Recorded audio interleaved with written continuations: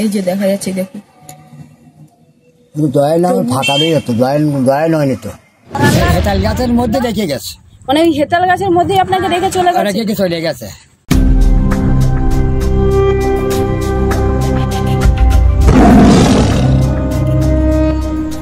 আমরা এর আগেও বলেছি যে সুন্দরবনে মধু কাটতে যাওয়া কিন্তু চাটিখানি কথা নয়। যারা সুন্দরবনে মধু সংগ্রহণ করতে যায় তারা কিন্তু জীবনকে হাতে নিয়ে যায়। সেই সুন্দরবনের নরখাদক রয়্যাল বেঙ্গল টাইগারের হাতে তাদেরকে পড়তে হয়। এমনকি বহু মানুষ যারা মধু সংগ্রহ করতে গেছেন বহুবার বহু বিপত্তির মুখে পড়েছেন এবং সেখানে গিয়ে কেউ কেউ ফিরে এসেছেন জীবিত অবস্থায়, আবার কেউ কেউ ফিরেও আসতে পারেনি। তো এক দাদুর সাথে আমরা সাক্ষাৎ করব, যিনি দীর্ঘ বহু বছর ধরে জঙ্গল করতে গিয়ে মানে সেই ভয়ঙ্কর দুর্ঘটনা ওনার সাথে ঘটে যায়। সেই সুন্দরবনের রয়্যাল বেঙ্গল টাইগার, যেটা নরখাদক যাকে বলা হয়, এখন বর্তমানে নরখাদক হয়ে গেছে, যেহেতু মানুষ খেয়ে খেয়ে এতটাই ওর জিভে সেই রক্তের স্বাদ এসে গেছে মানুষের। তো সেই রয়্যাল বেঙ্গল টাইগার এর হাত থেকে কিভাবে বা মুখ থেকে কিভাবে বেঁচে ফিরে এসেছেন আমরা শুনবো। আমরা ওনার কথাই শুনছিলাম যে ওনার গলার নলিটা পুরো নাকি কেটে দিয়েছিল। তো ওই ঘটনাটি আমরা পুরো ডিটেলসে শুনবো যে কি হয়েছিল ওই দিন বা কিসের জন্য গেছিলেন, পুরো বিষয়টি জানবো। আগে ওনার পরিচয়টা নেই। আপনার পরিচয়টা, আপনার নামটা বলুন। আমার নাম আছে মোহাম্মদ আলম সর্দার। আচ্ছা, এখানকার ঠিকানা কি আছে? এখানকার ঠিকানা এটা কালীতলা অঞ্চল। আচ্ছা, কালীতলা অঞ্চল। তো এই কি করতে গেছিলেন বা জঙ্গলে কিসের জন্য, কতজন জঙ্গলে আমাদের সারা জীবন জঙ্গল করে মাছ খেতে হয়, আর চৈত মাসে আমাদের মাছের পাশ বন্ধ হয়ে যায়, তখন আমরা আবার মধুর চেষ্টা বেরিয়ে যাই। সুন্দরবনে মধুর চেষ্টা বেরিয়ে যায়, তখন ওইরকম বাড়ির থেকে হাট বাজার চাল চালান নিয়ে মাছকে পাস তখন ছিল 1 মাসের অন্তত বাজার করে। তখন মধুর দাম কম ছিল, 22 টাকা কেজি ছিল। 22 টাকা কেজি? 22 টাকা কেজি। আর এখন সেই মধুর দাম 250 টাকা কেজি। এইভাবে আমরা প্রথমে একটা টিপ, আগে একটা মহিলা সাধন করতে গেলে 20-22 হাজার টাকা লিখতো, মানে লোকজনের দিয়ে নেওয়া চায়। 1 মাসের টিপ তাদের বাড়ির বাচ্চা কাচ্চা ব্যাডে নিয়ে যায়। তারপরে 1 মাসে 15 দিন হয়ে যাওয়ার পরে আমার ওই ফরেস্টারও বেশি মধুর জমা দিতে আসা হয়। 15 দিন পরে তখন আমি আবার ওই আমার চোখে একটা মৌ পোকায় আল দেয়। আচ্ছা, এই চোখটা দিলে আবার ওই বাড়ি আসি ওই মৌ পোকার আল বাইর করে আবার সুন্দরবনে মধু কাটতে যায়।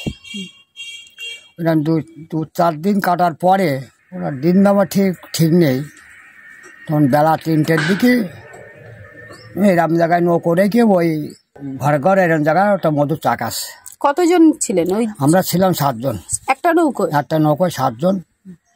আমি তো বলছি ওখানে মধু নেই, আর আমার একটা বন্ধু আছে, সে বলতে না বন্ধু ওখানে মধু আছে, তুমি হাঁটো। আমি তখন একটু সাজনদারি করতাম, তখন আমার চোখ ধরি পাহাড় ভালো ছিল, পোকা ধরিয়ে মধু কাটতে। আচ্ছা, ওরা ওই ফটকে নৌকো ঘুরিয়ে ও লাম্বারি উঠে গেছে। উঠে গেলে আমি ওই পিছনে তখন উঠে গেছি। উঠে যাওয়ার পরে তখন ওই আমি বলছি এখানে মধু নেই, ফাঁকা জায়গা, ছোট্ট একটা ফাঁকা দিয়েছে। আমি বলছি এখানে মধু নেই। আমার বন্ধু এটা আমার ডাইনাতে আছে আর আমি বাঁ হাতে আছি। বাঘ তখন ওই ডাইনাতের দিক থেকে আসছে, বন্ধুর দিক থেকে বলতে বন্ধু ওই বাঘ। হ্যাঁ, তখন বাঘ এসে গেছে, ফট করে আমি ওই লোকের হাত দিয়ে টেনে নিলাম, নিয়ে ওই বাঘ তখন আমার এখানে হয়তো তুলে দিলে আমি ওই 2 হাত দিয়ে ওর এইভাবে উঁচুকু ডাকেছি।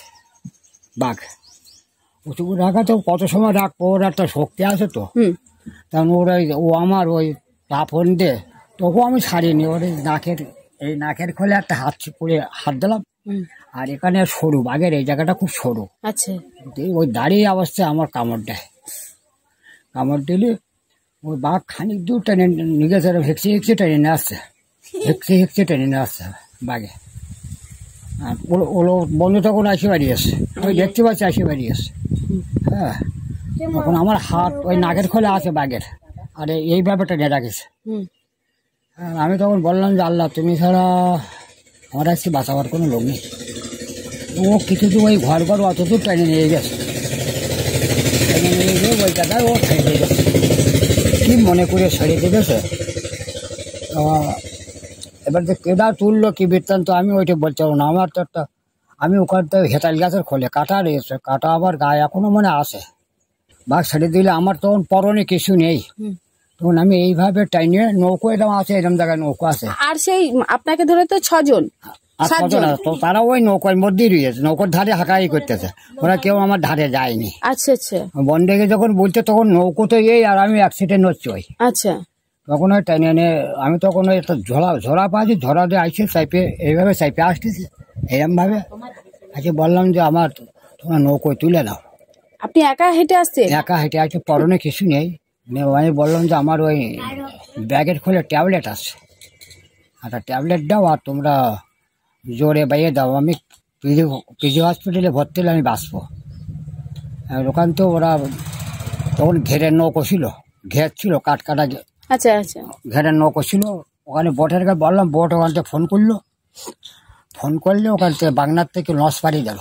বাংলার থেকে লঞ্চ পাঠিয়ে দিলে ওরা লঞ্চে তখন বেলা বসে গেছে, লঞ্চে গেছে তখন মোল্লাখালি ভর্তি করলো। মোল্লাখালি ওখানে এরকম রাত 4টের দিকে দেখি মোল্লাখালি বললো আমরা পারবো না, সেলাইন দেওয়া আছে, লঞ্চে নিয়ে আইয়া। আজকে আমাদের এখানে সোহলদার এলসিবি ছিল, সোহলদার ওখানে কানে সংবাদ দিল, দিলে ও লোক ওই ছটফট করে বাড়িয়ে গেল। বাড়িয়ে গিয়ে আমি আমাদের একটা আত্মীয় আছে মহসেন বলে নাম, আমি ওর বললাম যে আমার কলকাতা পিজি হসপিটালে নিয়ে গেলে আমি বেঁচে যাবো, আর 72 ঘন্টার মধ্যে ভর্তি করতে পারলে আমি বেঁচে যাবো। আমার ওই তাকে নিয়ে গেল, তাকের থেকে আর ভর্তি করিনি। আমি বললাম তোমরা এখানে ঘুরে ঘুরে না করে তোমরা একদম কলকাতা পিজি হসপিটালে নিয়ে আর। কারণ আমার তখন সিপিএমের দমদমা বাজার, সুবলবাবু যা বলবে তাই হবে।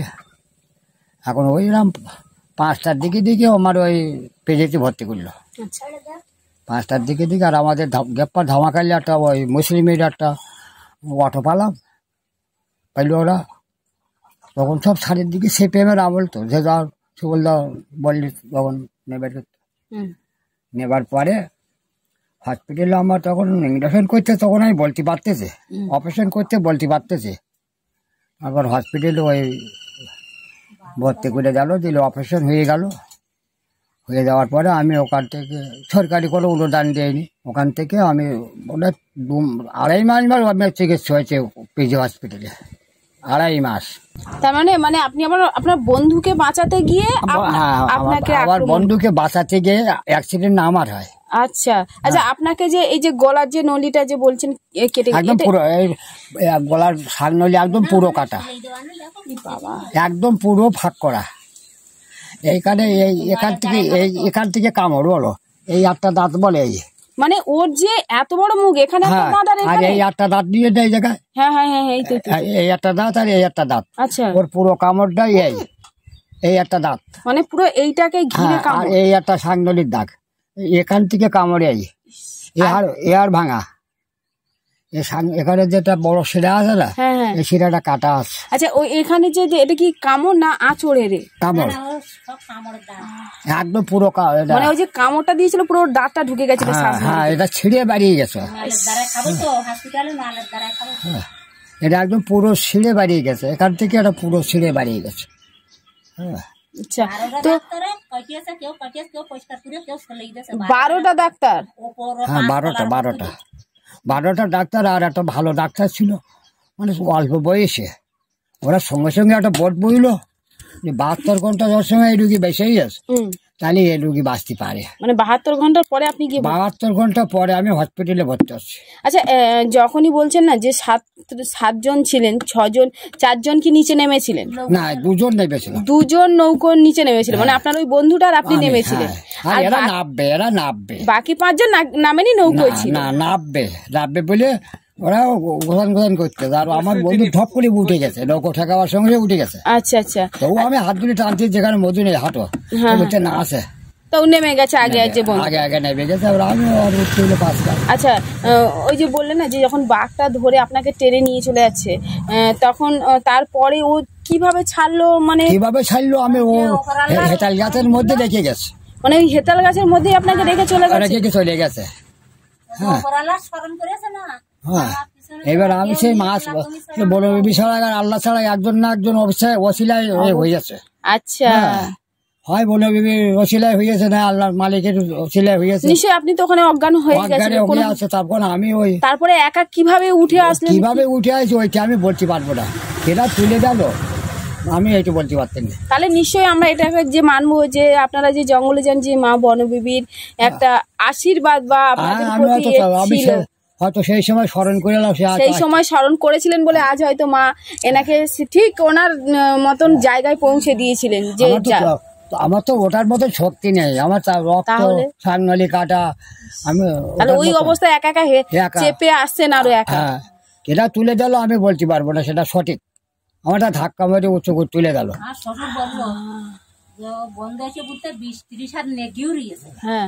আমার বাবাও ছিল। তাহলে তো হাত থেকে ওর হয়তো রেখে হয়তো আমাকে বরাবর আক্রমণ করতে পারে। অবশ্যই হাট আর এখান থেকে বেরিয়ে আচ্ছা বুলে লৌকো ছড়িয়ে দেবে, তখন উনি ওই বনে ফেলতে গোলা চাইছে। আজকে আমার সবুতে অনেক ঘাট দিয়ে লৌকো ঠিলে বের করতে ঘাট দিয়ে দেখে ছেলে আসছে। বাবা মানে আপনার বাবার সাথে ছিল, মানে ওনারা প্রস্তুতি নিয়ে আসেন যে যা একজনকে নিয়ে গেছে আমরা চলে যাই যদি আবার আক্রমণ করে। এবার যখন ওই নৌকো ঠেলে পিছন ঘরে উনি আসছে। এখন আমার গরমের সময় একটু বিরাট কষ্ট হয়।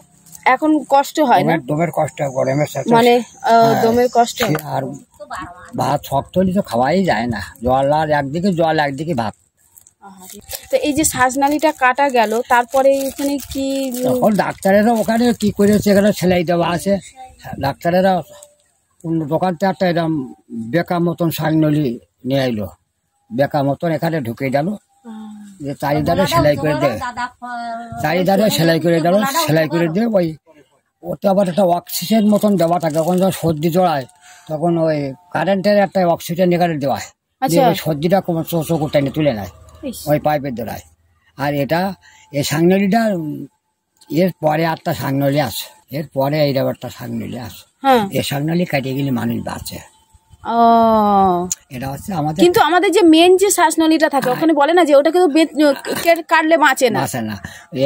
এর পরে এর তলায় একটা সাংনলি আছে, সেটা হচ্ছে আমাদের ফুসফুসের সঙ্গে রয়েছে। আচ্ছা হ্যাঁ, এবার এটা আমাদের খাদ্যনলীটাই কেটে গেছিল, কেটে গেছে এটা, এটা খাদ্য নলী, যার জন্য ওতে ওই লাগানো আছে কোনো এর মাধ্যমে,